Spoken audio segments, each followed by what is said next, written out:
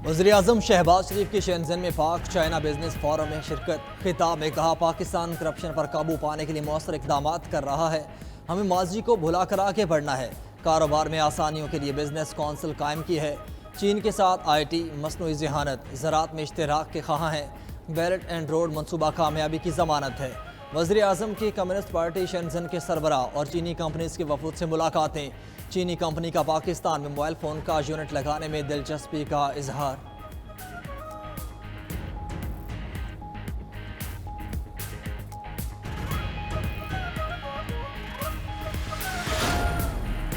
नायब वज़ीर आज़म इसहाक डार ने कहा कि SIFC ने कारोबारी शोबे और सरमायाकारों की सहूलत के लिए इक़दामात उठाए हैं।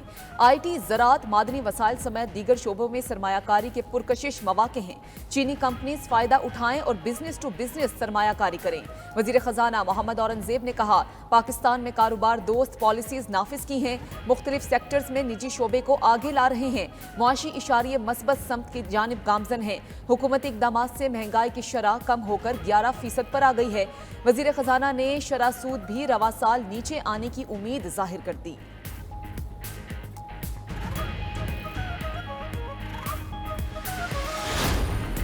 हुकूमत का विफाकी बजट 12 जून को पेश करने का फैसला। नेशनल इकनॉमिक काउंसिल का इजलास 9 जून को होगा।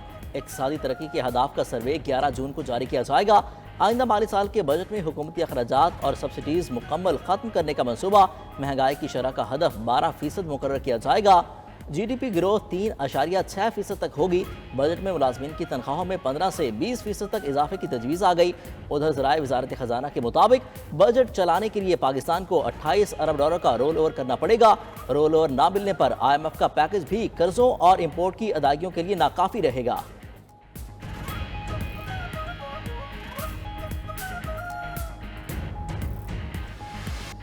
आइंदा बजट कैसा होना चाहिए? हर तबका फ़िक्र को रिलीफ का इंतज़ार। ज़मींदारों और किसानों ने खाद, स्प्रे, बिजली और डीजल की कीमतें कम करने और खुसूसी सब्सिडी देने का मुतालबा कर दिया।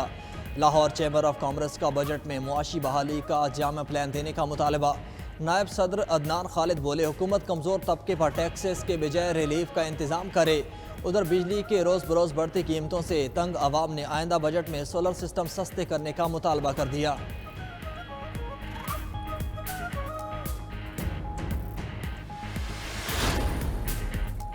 वज़ीर दाखिला मोहसिन नकवी और वज़ीर ओवरसीज़ पाकिस्तानी चौधरी सालिक की इटली के वज़ीर दाखिला से मुलाकात। गैर कानूनी इमिग्रेशन और इंसानी स्मगलिंग रोकने के लिए मुश्तरका इक़दामात पर इत्तफाक। मरबूत और करीबी कोऑर्डिनेशन के तहत काम करने का फैसला। अतालवी टीम जल्द पाकिस्तान का दौरा करेगी। वज़ीर दाखिला मोहसिन नकवी ने इटली में कैद 146 पाकिस्तानियों का मामला भी उठाया। पाकिस्तान में मुकदमात में मतलूब 42 मुजरिमान की हवालगी का भी मुतालबा कर दिया।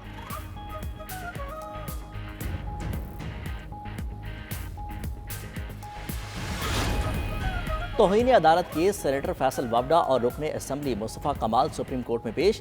चीफ जस्टिस काजी फाइसा की सरबराही में 3 रुकनी बेंच समाअत कर रहा है। गुज़िश्ता समाअत पर अदालत ने फैसल वावडा और मुस्तफ़ा कमाल को बादी नज़र में तौहीन अदालत का मुर्तकिब करार दिया था। मुस्तफ़ा कमाल ने अपने जवाब में गैर मशरूत तौर पर माफ़ी मांगते हुए खुद को अदालत के रहमो करम पर छोड़ दिया था। फैसल वावडा ने अपने जवाब में माफ़ी मांगने से गुरेज करते हुए अदालत से दरगुजर की दरख्वास्त की थी।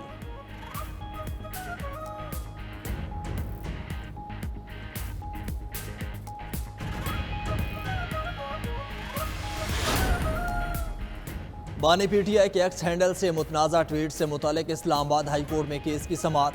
Chairman PTI barrister Gohar Khan और सेक्रेटरी इत्तलात रऊफ़ हसन की दरख्वास्त पर जस्टिस मोहसिन अख्तर कियानी समाअत कर रहे हैं। रऊफ़ हसन अपने वकील नियाज़ुल्लाह नियाज़ी के हमरा अदालत के सामने पेश। रजिस्ट्रार इस्लामाबाद हाई कोर्ट का दरख्वास्त पर एतराज़ात। अदालत ने पटिशन पर एतराज़ात दूर करके नंबर लगाने की हिदायत कर दी।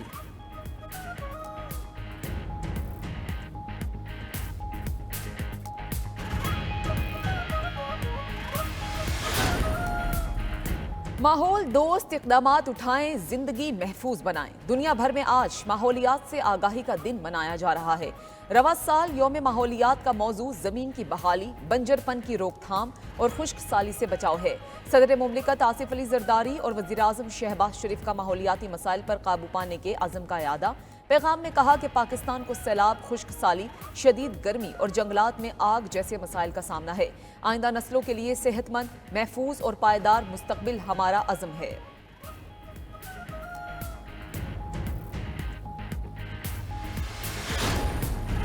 मुल्क में सख्त गर्मी का राज बरकरार। सिंध के मैदानी इलाकों में सूरज आज भी आग बरसा रहा। अवाम का घरों से निकलना मुहाल। महकमा मौसमियात ने अंदरूनी सिंध और कराची में गर्मी मजीद बढ़ने का इम्कान जाहिर कर दिया। उधर लाहौर समेत पंजाब में सूरज और बादलों की आंख मचोली। लाहौर के मुख्तलिफ इलाकों में बूंदाबांदी। इस्लामाबाद, गिलगित बल्तिस्तान और खैबर पख्तूनख्वा में भी आंधी चलने के साथ बारिश का इम्कान।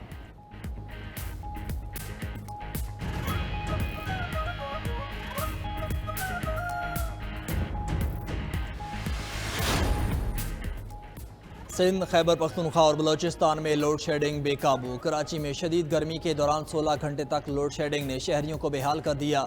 हैदराबाद में हेस्को की जानिब से तवील लोड शेडिंग, शहरियों का सबर जवाब देने लगा। कोयटा समेत बलोचिस्तान में भी बिजली की तवील लोड शेडिंग ने मामूलात ज़िंदगी को महफूज करके रख दिया। सिब्बी, तुरबत, पंजगोर, लसबेला, डेरा मुराद जवाली, कोहलू में बिजली बंदिश का दौरानिया 18 घंटे तक पहुँच गया।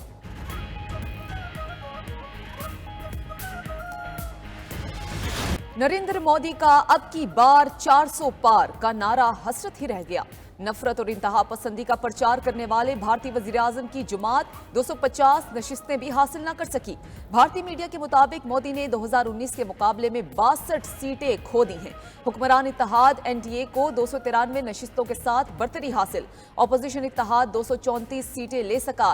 बीजेपी अपने ही गढ़ उत्तर प्रदेश में नाकाम। अयोध्या और महाराष्ट्र में भी शिकस्त। तमिलनाडु में बीजेपी का मुकम्मल सफाया। तवक्को से कम नताइज आने पर नरेंद्र मोदी मायूस। उधर आम आदमी पार्टी भी बुरी तरह नाकाम।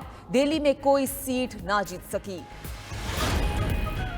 भारी अक्सरियत हासिल करने में नाकाम नरेंद्र मोदी ने अपनी जीत का ऐलान कर दिया। कारकुनों से खिताब में कहा, भारत में मुसलसल तीसरी बार हुकूमत बनाएंगे। भारतीय अवाम ने एनडीए पर पूरा भरोसा किया है। ये दुनिया की सबसे बड़ी जमहूरियत की जीत है। रियासी असम्बलियों में भी हुक्मरान इत्तेहाद ने बड़ी कामयाबी हासिल की है। भारतीय अवाम ने मुझे नया एतमाद दिया है।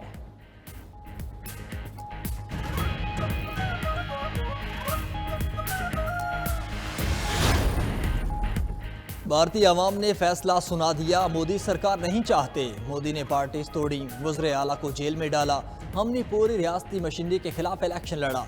अपोजिशन रहनुमा राहुल गांधी की मीडिया से गुफ्तगू, कहा खुफिया एजेंसी, ब्यूरोक्रेसी और आधी अदलिया हमारे खिलाफ थी। ये इलेक्शन हमने भारत के पूरे गवर्नेंस सिस्टम के खिलाफ लड़ा। हमारी लड़ाई भारत के आइन को बचाने की थी। हुकूमत ने अपोजिशन के खिलाफ कार्रवाइयाँ की। मोदी सरकार ने हमारे खिलाफ हर हथकंडा इस्तेमाल किया।